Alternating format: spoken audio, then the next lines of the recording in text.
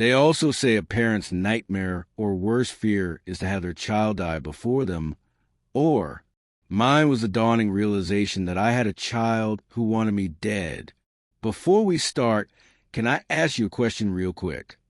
What, then, would you do if those hands pressing you towards death belonged to those you raised? And this is what happened when my wife and I went over that cliff. No time for a scream. No time to pray. Just enough time for one whisper. Don't move. Let them think we're dead. If you feel that true stories affect you more than fiction, if you feel that the truth needs to be expressed irrespective of how painful it might be, make sure you like this video, subscribe, and stay with me till the end. Since this story does not simply change your perception of family, but alters your very notion of family itself. It modifies how you perceive survival. I never thought I'd be telling this story. Not because it's hard to remember, but since every time I close my eyes, I am back on that cliff. Sensation of the wind tearing the breath from my lungs, hearing my wife scream my name, and realizing that the hands that pushed us onward weren't those of a stranger. They belonged to our own son. And then you spend the rest of your life learning that there are lines you'll never be able to cross. This blood symbolizes loyalty. This is a child you raised and fed and protected and stayed up nights worrying about. Sue Hillebrand. It would never look you in the eye and say you are disposable. I was wrong. We were wrong. This was meant to be an easy day, a quiet drive, a conversation that had been long overdue, answers we deserved as parents. But instead, it was a day that taught us how much fear man can endure, and how dangerous secrets become when they start to rot. The road going up the mountain is very narrow. It seems like it is reluctant to accept any visitors, she said. No guardrails, no self-service, just pine trees leaning in too close, like they were listening. My wife, Ellen, was sitting beside me, hands clasped tightly in her lap. She hadn't said much since we had left the house. This, said Peter, is not a pleasant part. Yeah, I think so, I said, keeping my eyes on the road. Yes, she nodded, but it wasn't convincing. I just couldn't understand why he hadn't communicated with us back home. Nor was I. Our son, Daniel, had asked us to meet him out there, stated it was private. He said he didn't want any neighbors listening. He said it would be quick. Daniel had always been a perfectionist about control. Even back then, he disliked disarrays, disliked surprises, disliked everything that didn't go as planned. But lately, he'd been different, short, protective, constantly darting eyes, like he was estimating escape routes. Parents notice things. They always love her, even if they are acting like they. We turned into the gravel rest area near the cliff just as the sun was beginning to dip low. The orange glow of the lighting spilled into the valley below, beautiful enough to distract one from how deep it was. Daniel was already there, being at the edge. His hands are in his jacket pockets. Back turned, I felt a moment of relief. There is a noticeable absence of the divine among the, still my boy, Daniel. I called, getting out of the car. He didn't turn around immediately. When he did, his face was tight, clenching jaw, pupils chilled in a way I'd never noticed before. You shouldn't have come, said the man. That should have been the signal for me to return to the car, to take Ellen's hand and go. But when you're a parent, you don't walk away from your child. No, not easily. You asked us to. I said calmly, "What's going on, son?" He laughed. However, there was no joke involved. You always say that, like it's some magic phrase. Ellen stepped forward. Daniel, we're worried about you. And that finished it. Something broke behind his eyes. You should have stayed worried from a distance, he said. Now you know too much. I felt a drop in the pit of my stomach. Know what? I asked. He looked past us, at the trees. the road, the blank sky. He then said that, the secret, and the instant the words had left his lips, I understood why he had brought me there, because there was no going back from what he had done. My heart was pounding. Daniel, listen to me. Whatever it is, we can figure it out. No, he said quietly. You can't Ellen reach for him. Let sweetheart. That's when he moved. Fast, hard, both hands. I recall the sound more than anything. It is a sound of shoes scraping against gravel. Ellen's flipping the sky upside down. And as we went over the edge, as the ground disappeared beneath us, I leaned my head close to my wife and whispered into her ear the only thing I could whisper with any conviction. Don't move, do not make a sound. Let them think us dead. And then we fell. The fall didn't feel like falling. It was like the world was being torn apart from us. Wind pounded my face, so hard it sucked the breath right out of my lungs. My shoulder bounced off rock, then my hip, then a sharp pinpoint of rock sliced through my jacket. Ellen's fingers were latched onto my arm, her nails digging in so hard I could feel heat spreading where her hand was. I didn't scream. I don't know how I didn't scream, I said. Maybe it was instinct, maybe shock, maybe the part of me that realized, in a split second, the significance of sound between life and death. However, we didn't tumble directly. The cliff wasn't a clean drop. It was jagged and rough and full of outcroppings and fallen rock. We crashed into one of those outcroppings hard enough to knock the wind out of Ellen's lungs. I could feel her muscles slackening for half a second, and then panic jolted through me like lightning. Then we slid. Gravel poured around us, stinging my face, spilling into my mouth, iron and dirt. I hooked my arm around Ellen's shoulders, turning my body, letting my back take the rock fall, trying to shield her head with one arm. Another effect. This one broke something. I heard it, a dull, wet snap. I couldn't tell if it was bone or stone, and I didn't have time to worry about it. We settled on a ledge that was only a matter of 15 feet below the rim. Not dead, not even close, but close enough that from above, it probably looked like we were. My lungs were on fire. Breathing was like inhaling flames. I could hear Ellen wheezing in descending gasps. They scared me even more than the fall. My forehead pressed against hers. Ellen, I whispered, barely breathing, stay where you are. Please don't move. Her eyes fluttered open, focused, then filled with terror. He pushed us, she whispered. I know. Her hand landed on my chest, trembling. Daniel, I swallowed hard. Later, right now, we survive. Gravel moved above us. Footsteps. My heart pounded in my chest, and I was sure he could hear it. I pulled Ellen closer, urging my body to relax, to force my breathing into shallow, irregular patterns, like a person whose ribs had been broken. The footsteps drew nearer to the edge. A shadow loomed over us. Daniel. I did not look up. I couldn't. If he saw my eyes open, it would be all over. Dad, he called out. The word hurt me worse than the rocks had. Dad. I wanted to answer, wanted to scream his name, wanted a man to know how the boy I taught to ride a bike had become someone who was so adept at this. But I did not move. Ellen held perfectly still. Seconds stretched. Mom, he called out, his voice louder this time, closer. A rock came loose and clattered down beside us, bouncing off into oblivion. I could hear his breathing. Fast. Panicked. Good. Let him be afraid. Jesus, he muttered. Then silence. Not the peaceful kind. The kind that calculates. I felt him crouch. Felt the air move as he leaned forward. He was checking. My mind raced. If he comes down just a few feet, he'll see us breathe, he said. He'll see my fingers moving where they're pressed against the earth, he said. He'll see Ellen's lids flickering. Again, I pressed my lips close to her ear. Play dead, I whispered, no matter what.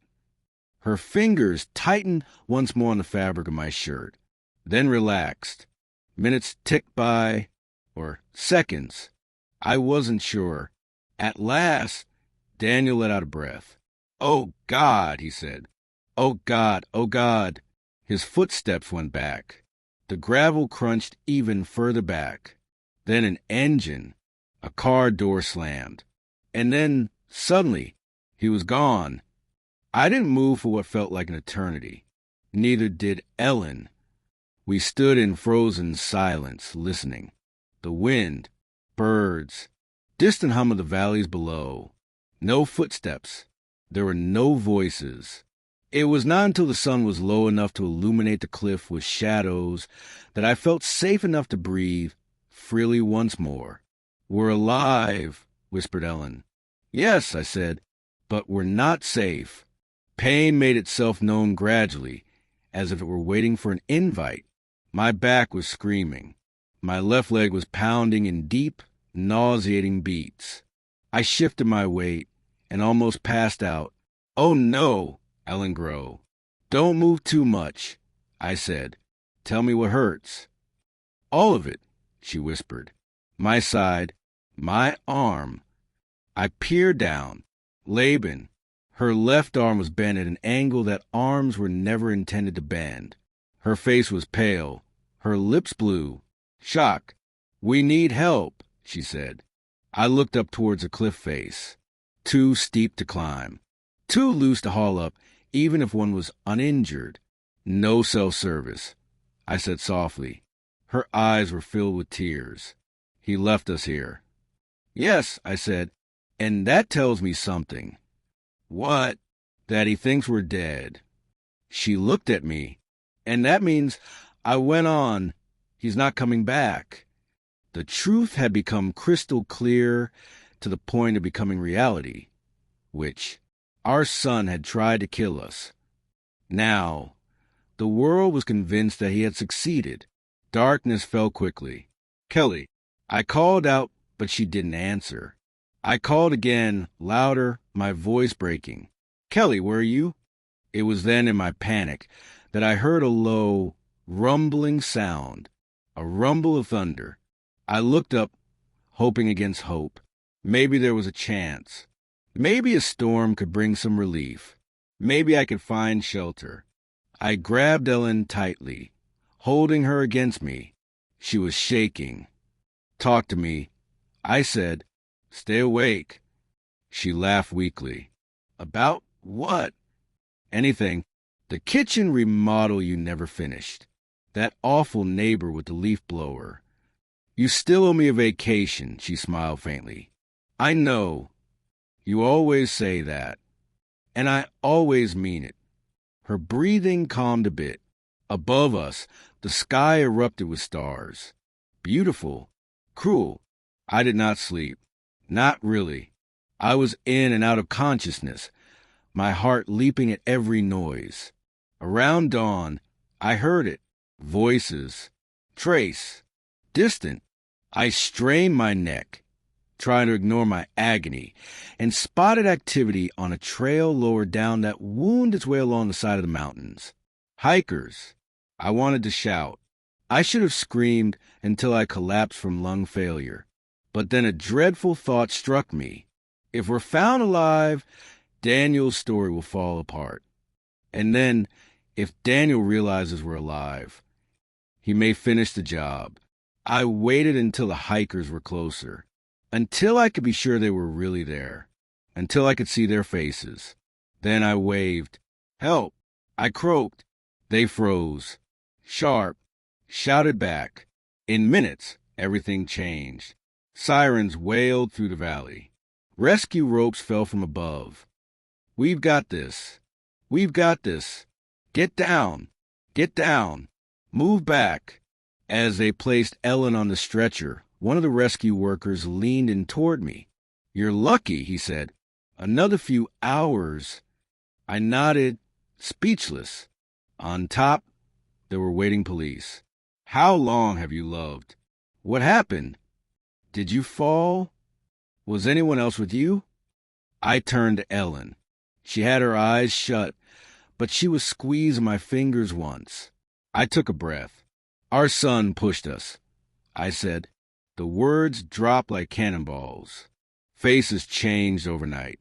They took us to different hospitals, different rooms, different statements.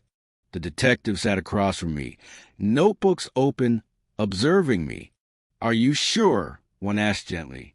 I saw it too, I told him. I heard him check if we were dead. They looked at each other. Do you think he knows you survived? No, I said, and I'd like to keep it that way. He leaned back. Why? 'Cause if Daniel thinks we're alive, he runs. Because if he thinks we're dead, he relaxes. And people who relax make mistakes. I locked eyes with the detective because, I said, I want to tell the truth when he thinks no one is listening. The first noticed aspect for me upon waking was the silence. Not the peaceful kind. The kind that feels padded, artificial, as if the whole world has been swaddled in cotton so it can't get to you. The hospital is quiet. There were humming machines somewhere behind me.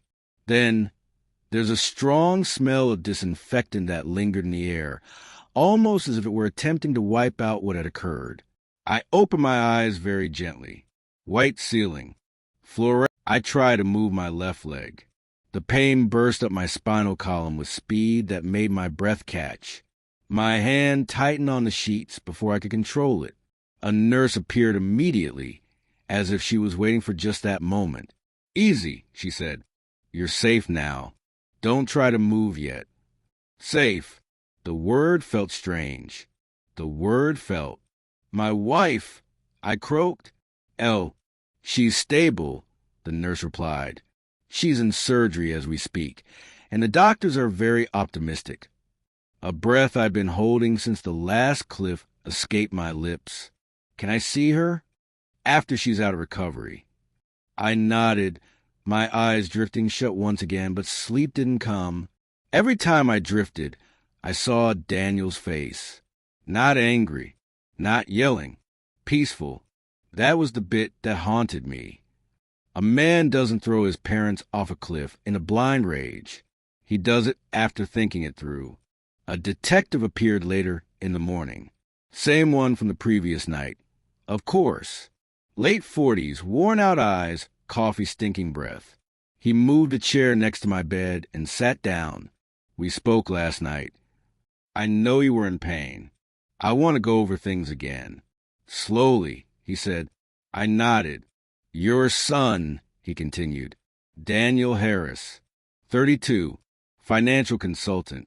Married. No criminal record. Not that you know of, I said, looking at the ceiling. I could tell he examined me. That's what we're trying to determine. Walk me through your day, he asked me. Every detail, he said. From when Daniel called to when.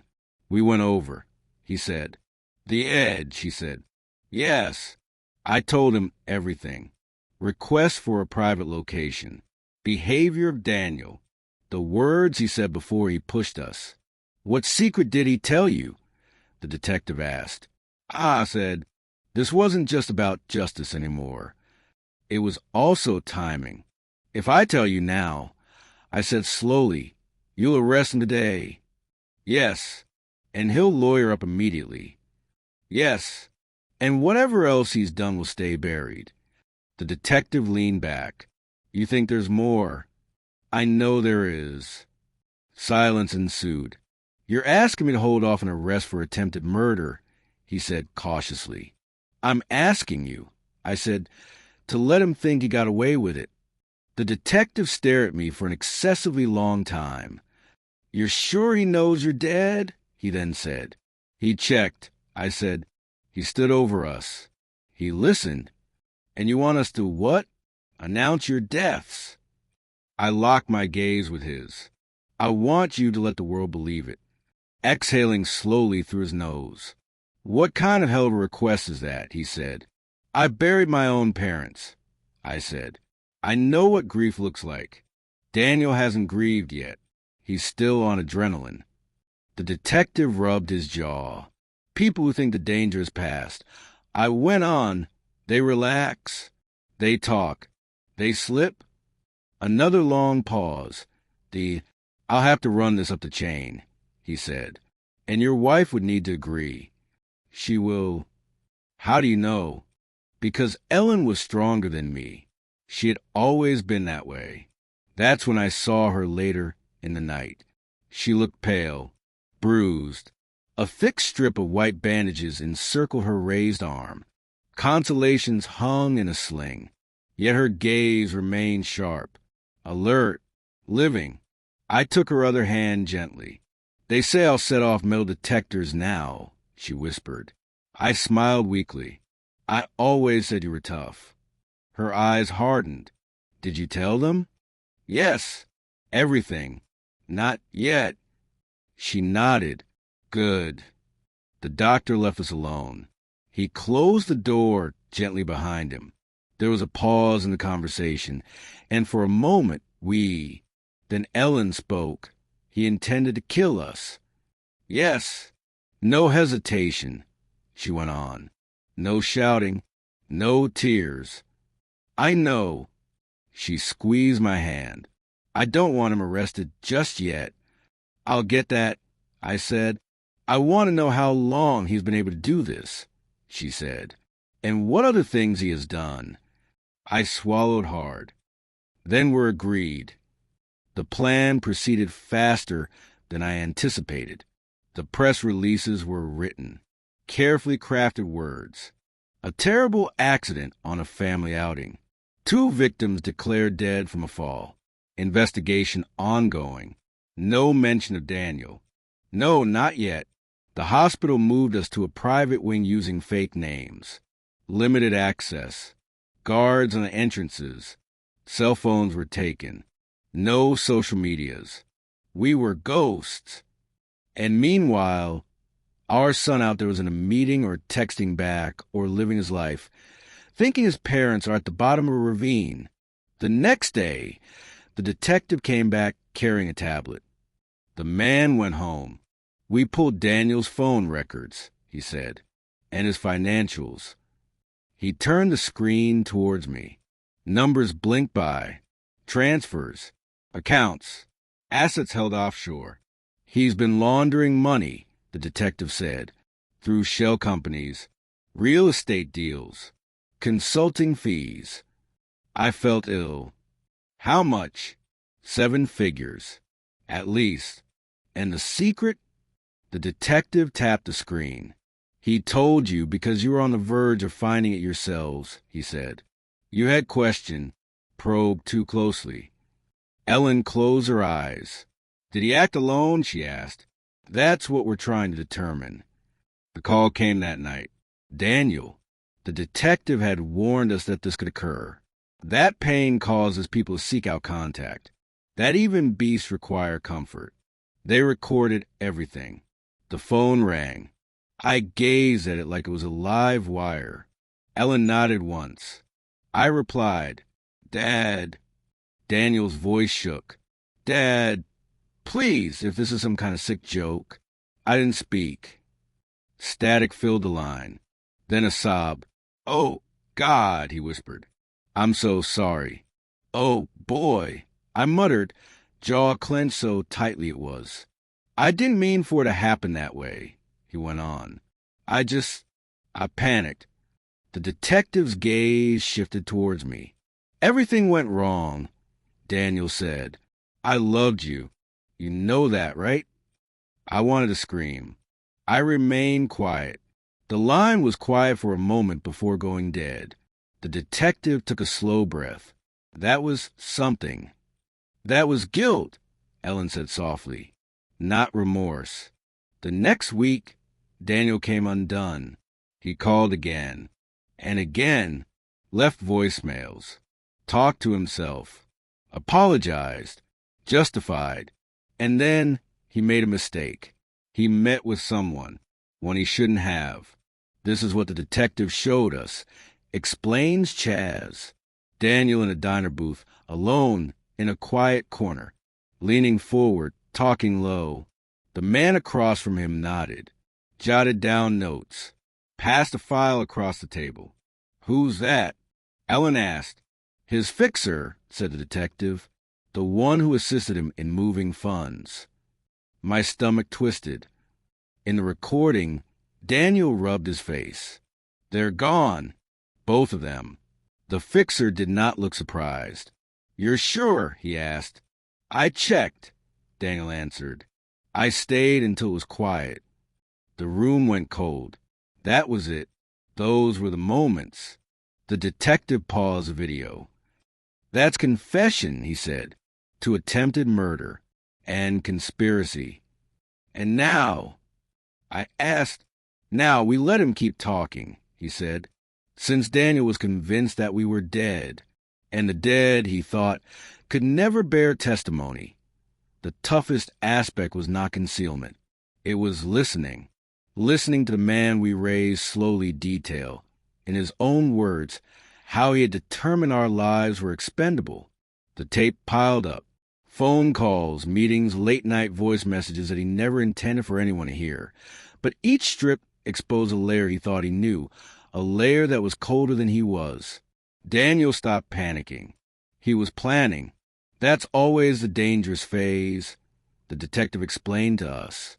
When they stop reacting and start organizing. /A/block quote.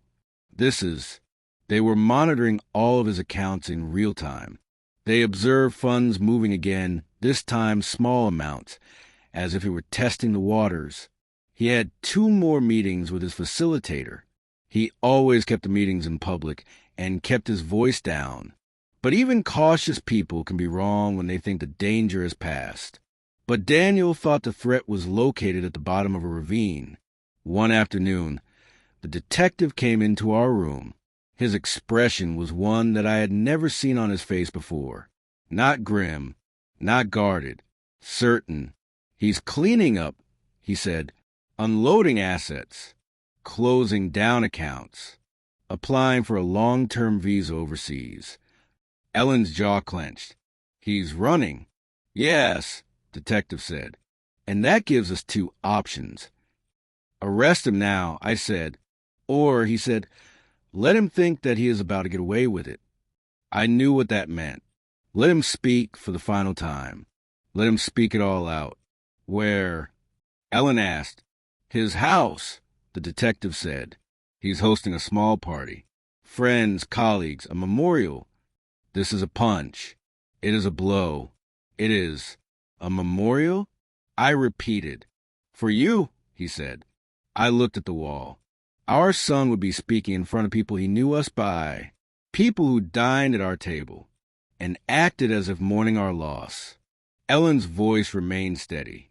"We should be there." "You can't be serious," said the detective, blinking his eyes. "I want to see his face," she said, "when the truth catches up to him." Silence dominated the room. "That's risky," said the detective. "Emotionally and otherwise, I survived being pushed off a cliff," she said. "I can survive seeing my son lie." They didn't agree on the matter. Too dangerous. Too volatile. Unpredictable reaction. Yet Ellen refused to back down. They finally agreed on a compromise at the end. We wouldn't be inside. We'd be close enough to hear. The night of the memorial service, they dressed us like strangers. Wigs, glasses, different clothes from what we'd ever worn around Daniel. My hair dyed darker. Ellen's pulled back and hidden. We looked older, different, smaller, unrecogned. They parked us 2 houses down, wired us with sound, put officers throughout the street, in the house, across the block.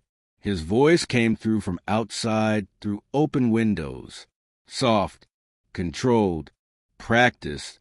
"My parents were complicated," he was saying, "but they loved deeply." Ellen's fists clenched tightly in her lap. "I wish I'd said more," Daniel went on. "I wish I'd told them how grateful I was. Something broke in me.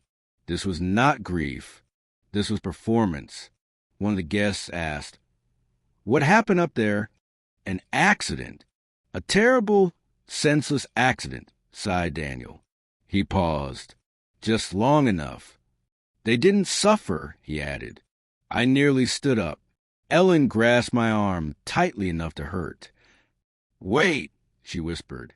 Later, once the crowd had thinned, Daniel's tone shifted. Lower, less guarded. The fixer was late. Snuck in quietly. The audio became clearer. "They bought it," Daniel said. "Everybody did." "Of course they did," said the fixer. "Dead parents made a clean slate." Daniel laughed. Actually laughed. "They always worried too much," he said. "Always poking around. Asking questions." "And now?" the fixer asked. "Now they're finally quiet," Daniel said. That was the moment the detective nodded. Was the point at which... "That's enough," he whispered. They moved quickly. Lights filled the house. Doors swung open. Orders were yelled. We were watching from the car while our son was pressed to the floor with hands locked behind his back. At first he struggled. Then he froze. His face was full of confusion. He looked about wildly. "Wait," he said. "What's happening?" A policeman bent down. "Daniel Harris, you have been arrested for conspiracy charges, fraud, and attempt murder." His face went white. "It's impossible," he said. "They are dead." The detective turned to us. "Your call," he said. Ellen opened the car door before I could stop her. I followed, ever closer to that house. Each step seemed heavier than the last. Daniel was sitting on the couch, handcuffed and flanked by cops. His head jerked up as he heard footsteps. Then he looked right at me. And the second one, he didn't know us. Then his eyes opened widely. His mouth opened. "No," he whispered. Ellen moved forward. "Hello, Daniel."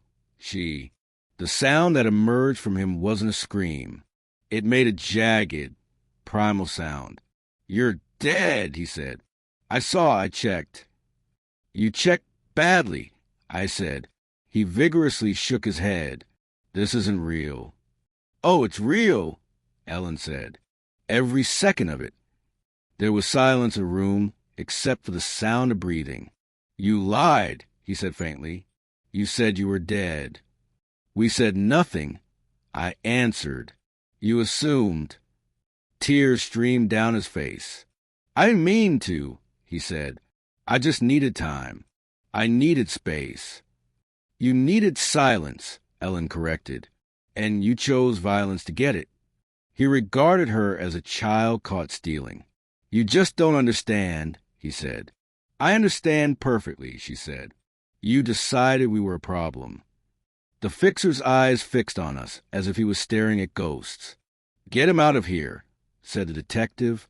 As they hoisted Daniel to his feet, he turned to me. "Dad," he said, "please, I'll fix it. I swear." I felt a chilling sensation creep into my chest. "You've already solved the problem," I said, "for yourself." They carried him off. The door shut. And so, like that, the performance was finished. Ellen leaned against me. I held her. Outside, dawn is breaking. The sky was a pale pink color. It was peaceful. "How do you feel?" the detective asked softly. I considered that. Relief, grief, anger, defeat, all mangled together. I feel," I said slowly, like I buried my son twice. "The trial did not begin with fireworks. It began with paperwork, motions, delays, semantics involving words like intent and opportunity and mental state, attorneys in their custom-made suits debating timelines, while my wife learned to button a shirt with one arm, and I practiced walking without wincing each time I landed a step.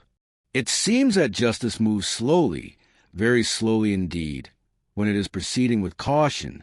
Daniel did not look at us during the first hearing. He sits in the courtroom, His shoulders hunched, his jaw clenched, staring straight ahead as if by mere force of his gaze. If he turns his head, we could disappear once again. He was thinner, paler. The confidence that had nestled so comfortably on his sleeve was absent now, replaced by something fragile. Fear, perhaps, or disbelief. I wonder which was worse. The prosecutor made it crystal clear. Attempted murder. Con. Money laundering schemes were stacked so high they were deemed fanciful. The defense sought to mitigate the blow. P. Momentary lapse. Family conflict. They used the word accident more times than I can count. While this answer does give a definition, I watched Ellen's hand slowly curl into a fist. As soon as it was our turn to give testimony, the courtroom fell silent in a manner that I will never forget. Nothing too exciting. The respectful type. I walked up to the stand slowly, feeling each old wound jerk back into my mind, and recall why I was sitting there. I raised my hand, swore to tell the truth, and sat. So, Ms. Jones, the prosecutor said without greeting or preamble, "Can you tell me what your son looks like?" That was what the prosecutor. I breathed. I taught him to speak the truth. I said, to bear responsibility, to look out for kin. The defense objected. The judge ruled this objection in. I talk about the cliff, the shove, the whisper. When I spoke those words, "Pretend we're dead," a woman in the audience covered her mouth. I didn't look at Daniel. I didn't need to. When Ellen was testifying, it seemed as if the room was somehow shrinking before her eyes, as if the walls had closed in to listen to what? She didn't cry. She did not raise her voice. She simply told them what it was like to realize the hands on her back were the hands of the child she had rocked to sleep. "That's not panic," she said matter-of-factly. "That's a decision." Daniel finally turned to us. For just a second. But in his eyes, I didn't see hatred. I saw loss, not of parents, of control. The verdict was also rendered sooner than anyone had anticipated. Guilty on all counts. The sound reverberated in the courtroom like a closing door. Daniel sank into his chair. His lawyer whispered to him urgently, but he didn't matter anymore anyway. The sentencing hearing happened weeks later. The silence was broken, and Daniel was allowed to. He stood up, his hands trembling and reddened eyes. "I love my parents," he began. "I never meant." I stopped listening, because love does not require excuses. The judge listened attentively, then leaned forward. "You didn't panic," she said. "You planned. You acted. And when you believed you'd succeeded, you continued committing crimes with a clear mind." She stopped. "You don't get to rewrite that now." Additionally, she sentenced him to decades, enough that the man who walked out of prison that day wouldn't look anything like the boy who pushed us. Even as they led theirs away, Daniel turned back once more. "Dad," he said. I didn't answer. There are few words that do not require a reply. The period after the trial passed relatively quietly for me. There would be no cameras to record their departure. There would be only mornings and afternoons and the slow process of healing. People ask how we forgive. The fact is that the word forgiveness is not the right word. We had accepted the fact that the son we raised was not the same man he had become. We knew that love will not guarantee security. We understood that sometimes living meant letting go of who you thought they were. Ellen still wakes up with her breath caught in her chest. Her eyes are wide. I still hear the sound of gravel when the house gets too quiet. But we walk. We talk. We are living. Every now and then, when the sun catches just right and the world seems steady again, Ellen will take my hand and say something simple. "We cheated death." She's right. But there's something even more important than all of that, and that's all the victory there is. Because the truth has weight, And no matter how far you push it, the spring will always find its way back up. They asked me if I ever think back to that time and that cliff. The truth is, the image that follows, I think about what came. It's because surviving is not a game where you cheat. It's about picking truth, even if silence were easier. If this story made you stop, think, and see life differently, share it. And like if someone needs to hear this, and subscribe for more real stories where the truth always comes back around. This is Uncle Ray Narrates. And remember, no secret remains secret for life.